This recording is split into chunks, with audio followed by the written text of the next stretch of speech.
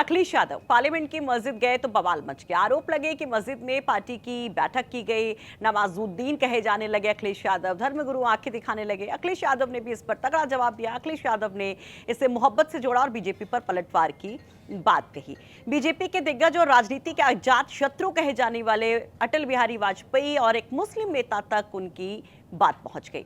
क्यों अटल जी को याद किया जाने लगा और कौन सा वो मुस्लिम नेता था जिसका जिक्र अखिलेश यादव ने बीजेपी को घेरने के लिए किया, आपको बताते हैं।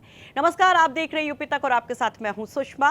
अखिलेश के बयान के पीछे के चर्चित किरदार के बारे में जानने से पहले अखिलेश यादव का वो बयान सुनिए। कह रहे हैं समाजवादी लोग नमाजवादी लोग हैं, यही तो कहते हैं नमाजवादी लोग हैं। इनके पहले जो राष्ट्रीय अध्यक्ष बने और जो पहले प्रधानमंत्री जी बने, उनका नाम पता है किसने प्रस्ताव किया था? सबसे पहले वो 5 बार के नवाजी थे, सुनने में आया है। स्वर्गीय पूर्व प्रधानमंत्री अटल बिहारी वाजपेयी जी जब राष्ट्रीय अध्यक्ष बनाए गए थे, उस समय उनके नाम का प्रस्ताव रखने वाले पहले व्यक्ति 5 बार के नवाजी थे।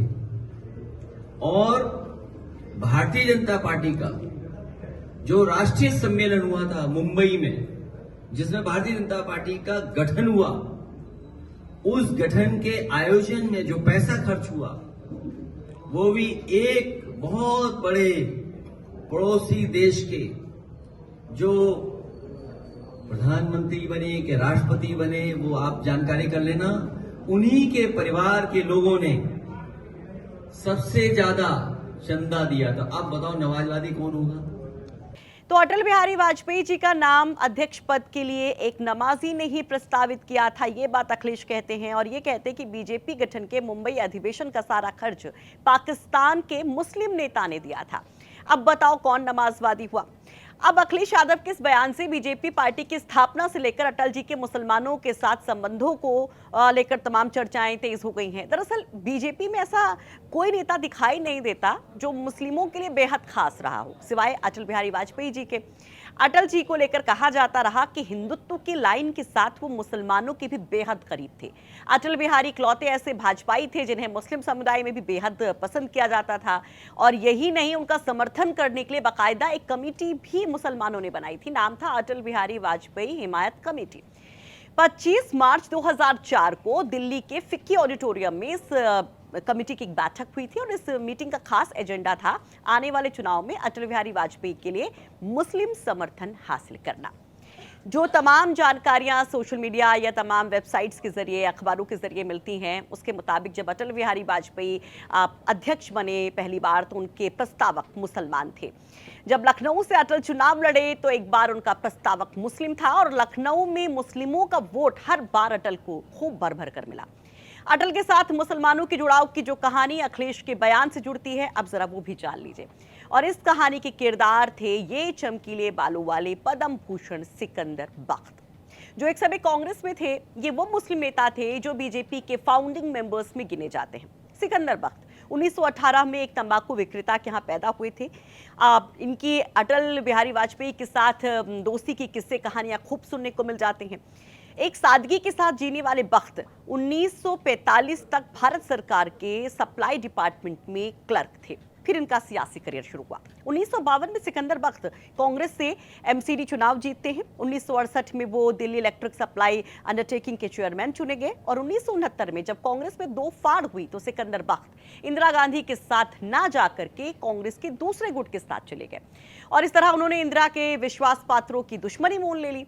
और जब इमरजेंसी का वक्त आया तो यहां से शुरू हुई अटल बिहारी वाजपेयी और बख्त की दोस्ती की दास्तान। कहा जाता है कि इमरजेंसी के दौर में सिकंदर बख्त की अटल बिहारी वाजपेयी से अच्छी दोस्ती हो गई। 1980 में जब जनता पार्टी से टूटकर बीजेपी बनी तो वो सिकंदर बख्त थे जो पार्टी में शामिल हुए और सीधे पार्टी के महासचिव बना दिए गए। और यही जो अखिलेश यादव ने बात कही थी कि अध्यक्ष के लिए प्रस्तावक बने, बख्त यहीं पर थे। 1984 में उन्हें पार्टी का उपाध्यक्ष बना दिया गया था और बीजेपी के शुरुआती दौर में वो इकलौते बड़े मुस्लिम नेता थे बीजेपी के। साल 1990 में वो मध्य प्रदेश से राज्यसभा आ गए और 1992 1998 में वो राज्यसभा में नेता प्रतिपक्ष भी बने। इधर लोकसभा में अटल बिहारी वाजपेयी संभालते थे सदन को और इधर राज्यसभा में बख्त साहब। बीजेपी को पहली बार केंद्र की सत्ता का जब स्वाद चखने को मिला 1996 का वो वक्त, तब एनडीए सरकार जब बनी तो अटल बिहारी वाजपेयी ने सिकंदर बख्त को शहरी मामलों का मंत्री पद ऑफर किया। बख्त इससे नाराज थे, बहुत खुश नहीं थे। ये तमाम चर्चाएं सियासी गलियारे में चलती रही, तमाम जो पत्रकार थे इस पर बात करते रहे और ये कहा गया कि दरअसल बख्त मुस्लिम है इसलिए उनको वो स्थान नहीं मिल पाया। हालांकि इन चर्चाओं के बीच में हफ्ते भर के बाद ही यानी 24 मई को ही उन्हें विदेश मंत्रालय का अतिरिक्त कार्यभार सौंप दिया गया। लेकिन ये दुर्भाग्य था कि अटल बिहारी वाजपेयी की वो सरकार सिर्फ 13 दिन ही चल पाई और इस तरह से बख्त एक ही हफ्ते के विदेश मंत्री रह पाए।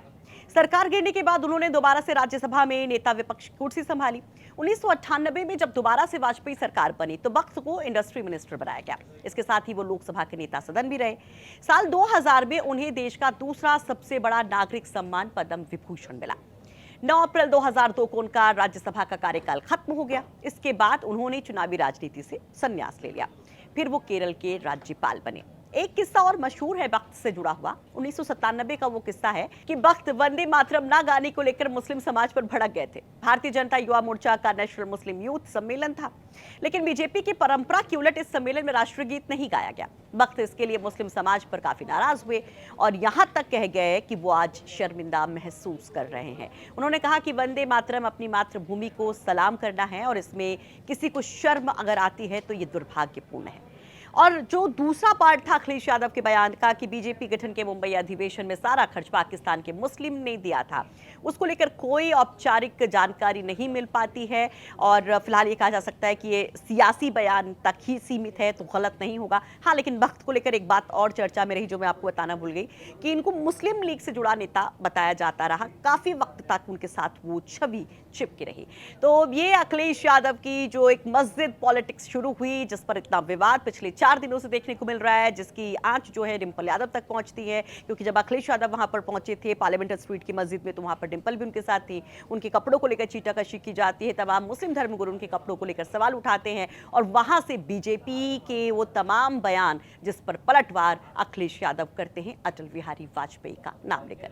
तो कैसी लगी आपको आज की ये चर्चा में कि ये किरदार? कमेंट बॉक्स में हमें जरूर बताइए। कोई रिटायरमेंट नहीं है, आज भी पॉलिटिकल रिटायरमेंट नहीं है। अभी सुबह फोन आया, दीदी प्रिंटर बिगड़ गया है दफ्तर में, दीदी प्रिंटर। हाँ, मैं शायद क्योंकि राष्ट्रीय अध्यक्ष कांग्रेस को हरा चुकी हूँ तो मुझे विशेष थोड़े बहुत तंज सहने पड़ेंगे। अगर आप यहाँ से मैं ये डिसीजन लिया क्यों? बहुत ही बचकाना जवाब होगा, मेरी मर्जी। पर ये पॉलिटिकल रिटायरमेंट नहीं है। कैसे 49 पे कौन रिटायर होता है? 49 पे तो लोगों का करियर शुरू भी नहीं होता।